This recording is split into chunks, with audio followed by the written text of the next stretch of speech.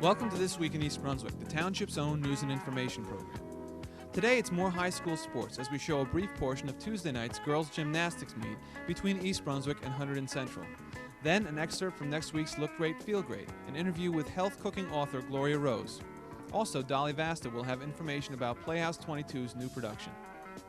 Our regular features will include a comment on the Constitution from Heather Lipson, gardening information on planting fall cabbages and pansies from Pegi Ballister-Howes, health fact information on allergies from Dr. Martin Rosenstein, and a Halloween safety tip from Adrian Eisner. First, a look at our Channel 8 schedule for next week. Monday at 10 a.m., it's Look Great, Feel Great with Lenore Kulik and her interview with Long Life cooking author Gloria Rose, followed at 10:30 by LMX Kid Stuff. Tuesday at 7:30, it's Sports Talk with John Megliero, followed at 8 by About East Brunswick with the Mayor. This week's topic, the Master Plan Review Process. Wednesday afternoon at 3, it's Stories from the Library, and at 6:30, The Arts from the Middlesex County Cultural and Heritage Commission features the Garden State Ballet. At 7:30, for art's sake, spotlights actress Mimi Gina.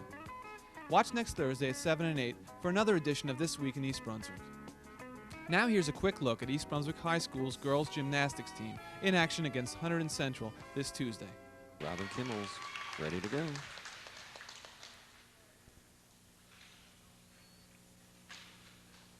Nice start thus far.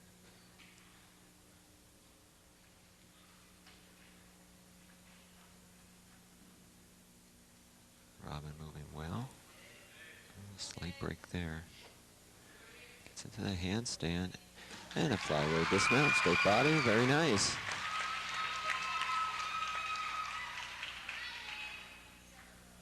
Robin Kimmel gets the Bears back on track here on the uneven bars. Up next for Hunterdon Central, Tracy Young. On deck for East Brunswick, Wendy Gillette. And you see Coach Leslie Gattner talking with Robin Kimmel. Leslie, a former East Brunswick High School gymnast and a very good gymnast. And her husband's here tonight judging the men's gymnastics.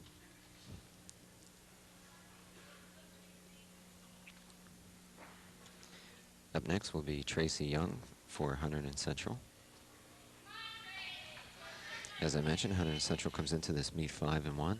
The Bears are 6-2, looking to capture the GMC championship in girls gymnastics.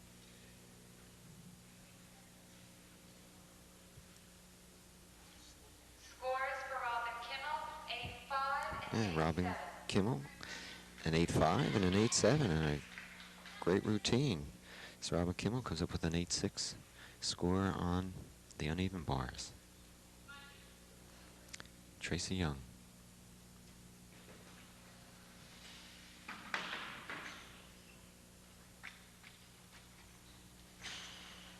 Eagle catch, straddle. She's moving quite quickly on the bars. Very aggressive in a front. Nice dismount. And the team comes out to congratulate her. Nice aggressive routine for Tracy Young.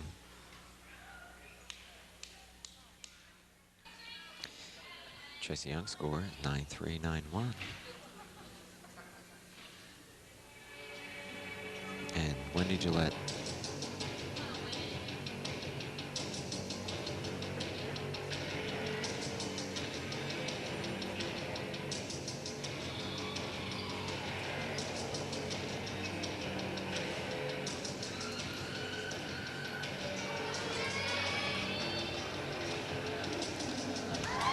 Full twist, nice and high for Wendy.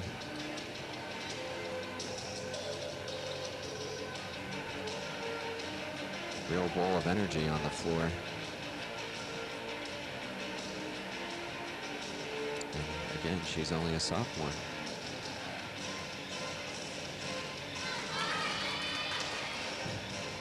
Front Summy. A little trouble getting out of it, but she pulls it out for a round of flip-flop back Summy. Moving very quick pace.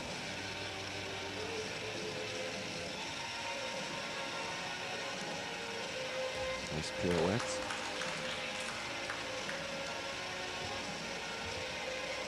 Back summy to one knee. Different. With backs.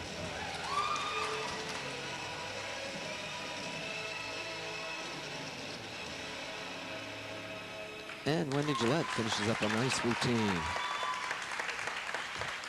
So we'll tally the scores and see what the final outcome of this meet is between East Brunswick and Hunterdon Central. It's been a good one. To see this meet in its entirety, tune in Saturday at 2 p.m. Now, Lenore Kulik with long life cooking expert Gloria Rose. I'd like to introduce Gloria Rose, founder of the Gourmet Long Life Cooking School. Thank you. Welcome, Thank Gloria. You. Thanks for having me. When you say long life cooking, what do you mean? How is your cooking long life?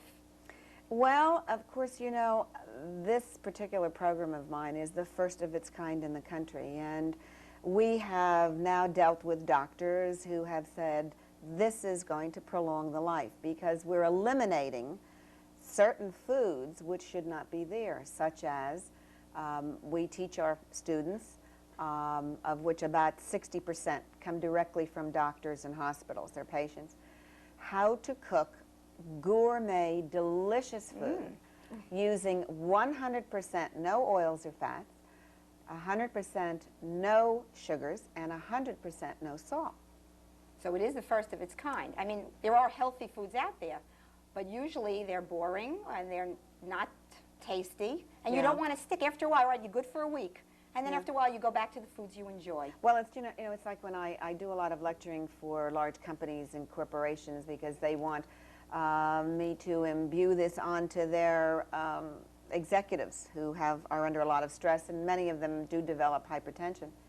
And I say to them all the time, there's no reason that people should have to, because they have high blood pressure or they have diabetes or they have high cholesterol, that they have to live on a broiled piece of fish with lemon juice the rest of their life. So what we have done, or rather what I have done, is I took a year out and spent time in the kitchen and found that now we can enjoy the same foods that we've always enjoyed. The lasagna. The lasagna and the chili and the pizza and marvelous, marvelous dishes.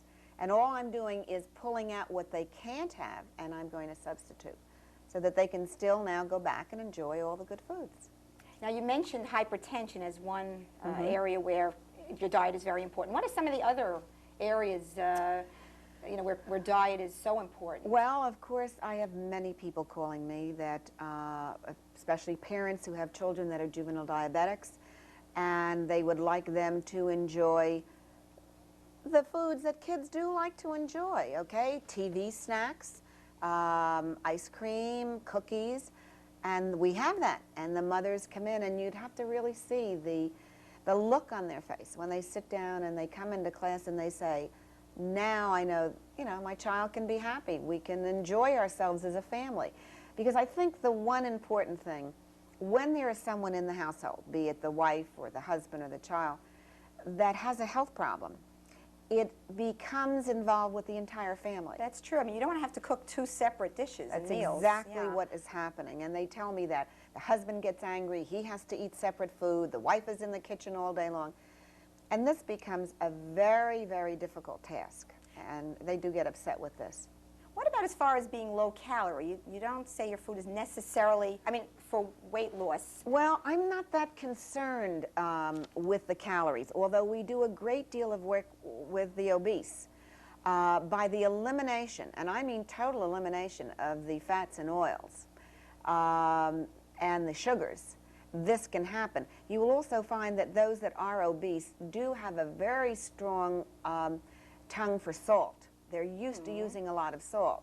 And now we've developed and show them ways where they can enjoy these same foods and eliminate the salt. So it can have an effect on the obese as well. I would imagine, yeah, they say the fats and oils are the worst. Absolutely. As far as putting on the weight. Yeah, and there's no reason for it because what I've done in some of my test classes is I've made two dishes, one with the oils following, say, any recipe from Better Homes and Gardens, and have made it that way. And then I've done the same recipe in my theory, and very, very few can tell the difference. Oh, that would be So I think marvelous. that is one of the reasons for our success and people, calling in constantly.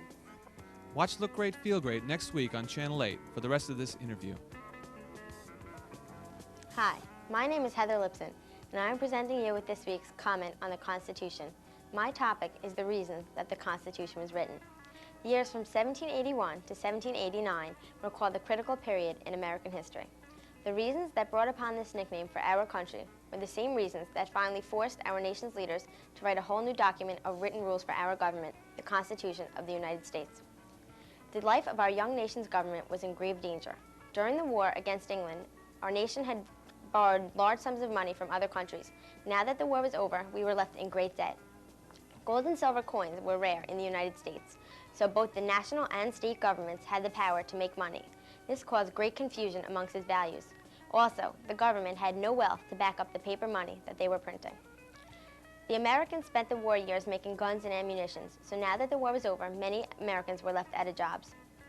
During the critical period, the Articles of Confederation were the written rules for our government. These articles stated that the people did not want a strong national government. However, now many states disagreed with these articles. They felt that the articles failed to give the new government several powers that might have been very useful to them. The new government did not have the ability to issue taxes. They had no say in trades, no president, and no national court system. Due to all of these weaknesses, our nation was treated very badly by other countries. In 1787, our leaders saw that there was need for a drastic change to be made. After attempting to revise the original Articles of Confederation, they realized that it was necessary to draft a whole new document. They held a convention and wrote the Constitution of the United States. Thank you. Hi, this is Peggy Ballister-Howells, Middlesex County Agricultural Agent. I'm sitting here in front of a small bed that's in the front garden, and I've just pulled out all the zinnias. It's sad to see them go, and it really is the end of the year, but there is some hope left. There are things that can still be planted, and I'm going to show you one here. This is an ornamental cabbage plant, and it's very hardy. As you know, cabbage plants are pretty tough and can survive frosts well into the fall. And this is an ornamental variety. See the beautiful purple coloring? Well, this will get bigger and bushier, and the color will become larger and more extensive throughout the plant, and it will stay attractive into early December. So I'm going to pop this in the ground here. I always like to plant in odd numbers. I think that it's just more pleasing to the eye. So in this small space, I'm going to try and put 3 ornamental cabbages in.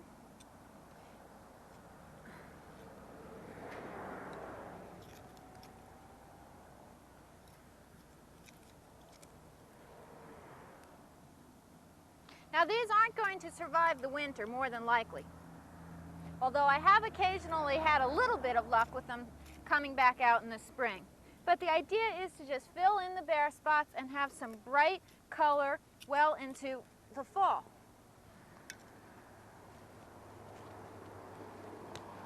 They are subject to cabbage loopers, so you want to keep an eye out for that.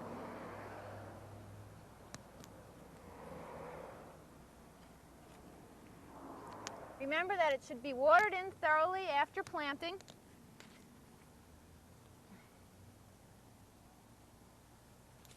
I think we'll put the other 2, one here and one about here. But before we do that, I want to show you that you can put pansies in at this time of year too, and I want to move over to another spot to do that.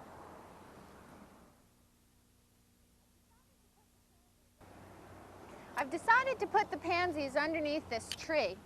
There's a couple of reasons for that. One, of course, it'll look very pretty just surrounding this tree. But when they come back in the spring, they'll bloom very early, and then the tree will come out and provide a little bit of shade, and maybe we can keep the pansies a little bit longer into the spring than usual. Pansies are cool weather flowers, and they do overwinter nicely. If planted in the fall, you'll get a fall bloom period out of them, and then in the spring, they'll come back earlier than you could plant pansies because they'll already be used to the weather, and they'll bloom for quite a while in the spring. It's not cold that gets to pansies, not usually, it's heat. So if we can provide a little bit of shade as the weather starts to get warm, we can keep the pansies blooming into the summer. Now these are mixed pansies. This purple one's kind of cute, I like that one. We'll just pop them out.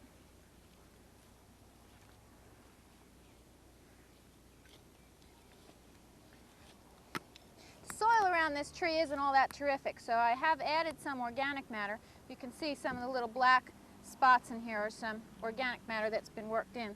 And just pop them in.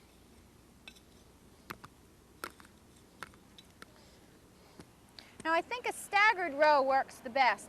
You can't get too close to the trunk of the tree because the roots get in the way, but this is just newly planted, so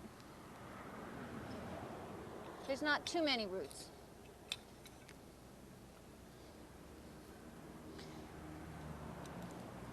And you can circle the whole tree, and you'll have flowers here at least until Thanksgiving, maybe even into December if the fall is mild. Okay, we'll get this one more in over here.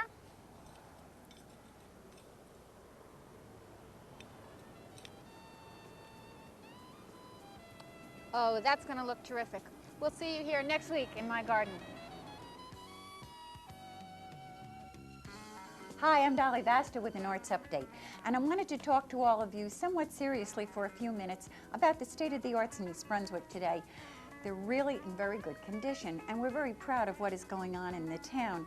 But from time to time, old-timers in the town come up to me, so it must be happening among all of you who have just moved in the last year or two, or maybe in the last few months. What is going on with the arts? And I wanted to fill you in on some of it. People often call my office and say, if I had known about such and such an event, I would have been there, or I would have gone on the bus trip, we would have been at the Playhouse. Where can we find out? Well, this is one of the things that I wanted to discuss with you today. First of all, the Playhouse is located on 210 Dunham's Corner Road. That's for all you newcomers, and some of you older people who have been here may have heard about it, but have not been to see us. Naughty, naughty. Now, their 7th season has just opened at the Playhouse with a very exciting show, Sweet Charity, and it's being directed by Tony Adace. It runs Friday, Saturday nights, curtain time 8:30, Sunday afternoon matinees at 3 o'clock. It's a delightful, rollicking, somewhat naughty musical, and I think you're going to have a ball. The Playhouse is an off-Broadway mecca for theater goers. It presents popular shows at popular prices. Instead of going into New York and shooting maybe $250 by the time you go in, you get tickets, you eat and you park, you can do all this out in East Brunswick for a lot less. And you'll enjoy yourselves to boot. No traffic to drive through. The other thing that I wanted to talk about is the Arts Commission. Now, as most of you know, I'm Arts Coordinator for the East Brunswick Arts Commission, and we do about 24 programs a year, and I wanted to tell you where you could find out all about them, and I'll tell you a little bit about what's coming up. First of all, in the East Brunswick Recreation and Parks magazine, this comes out twice a year, and there are always 2 pages devoted to the East Brunswick Arts Commission. The Arts Commission is now a part of Community Services, which will be falling under the Recreation Commission. Now, here are 2 pages of events. Along with that is a paper that goes out by the township, and this is called the East Brunswick Today. Now, I know you all get it, so don't tell me you don't get it, because it goes out via the water bill list. And if you have water, you have to get this magazine. Well, this also gives you a complete arts and entertainment guide. You can just cut it out and post it up on your refrigerator. Not only do we have this, but on the community calendar on Channel 8, we always have a running on what is happening. So you really have no excuse, and I don't want to hear any from you. Now, you can always call me at my office, which is 390-6825, and I'd be glad to send any of this out to you. Or for the Playhouse, you could call 254-3939. Now, the rest of the year, the Playhouse goes like this. After Sweet Charity closes, there will be a funny thing happened on the way to the Forum, and that opens New Year's Eve, and that is always such a fun-filled night. In fact, by November 26th, usually we're sold out.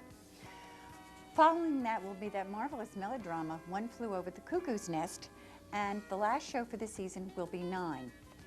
Now, after 9 is presented, we are going to be bringing back the Princeton Ballet for 3 days in June, and those dates are June 17th, 18th, and 19th. And you know, it's not too early to get tickets. The Playhouse only seats 154 people.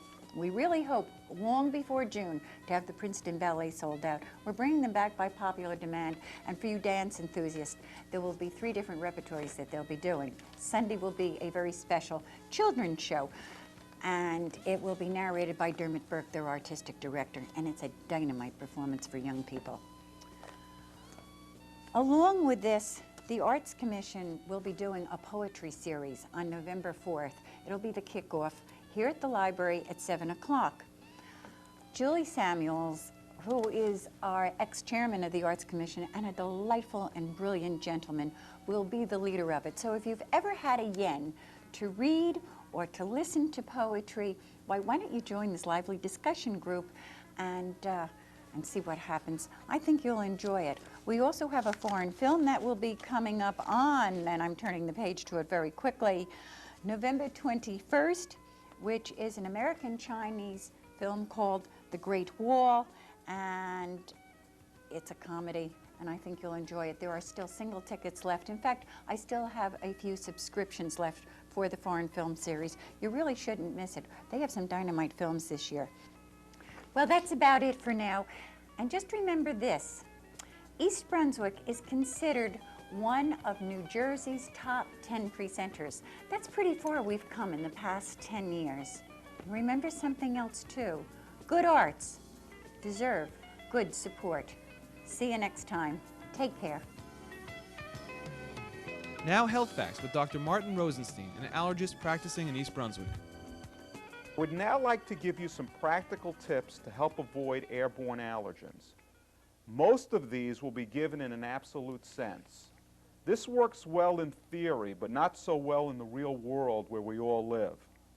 In cases where symptoms are mild, one must strike a balance between how much discomfort they are willing to bear and how carefully they want to follow these environmental tips. Moderation is often a key consideration. Perhaps one of the biggest emotional problems I must deal with in practice is when I discover animal allergy in a patient with a household pet. Ideally, the animal should be removed from the house. However, the emotional trauma on the patient or other members of the family is often quite severe. Frequently, the family just won't comply with the instruction to remove the pet. At the very least, the animal should be removed from the patient's bedroom and more properly from the living section of the house completely.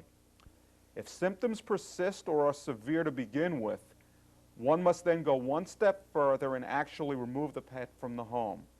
Remember, when the animal is removed from the living area, this must be done all of the time. It is the pet's dander we are sensitive to, and thus if the animal is allowed to return, even rarely, it will shed and cause a problem. On this same point, even after the animal is removed from the living section, do not expect instant relief. Even with vigorous cleaning, it will probably take at least a month to rid the area of the dander. My name is Dr. Martin Rosenstein, and this has been Health Facts.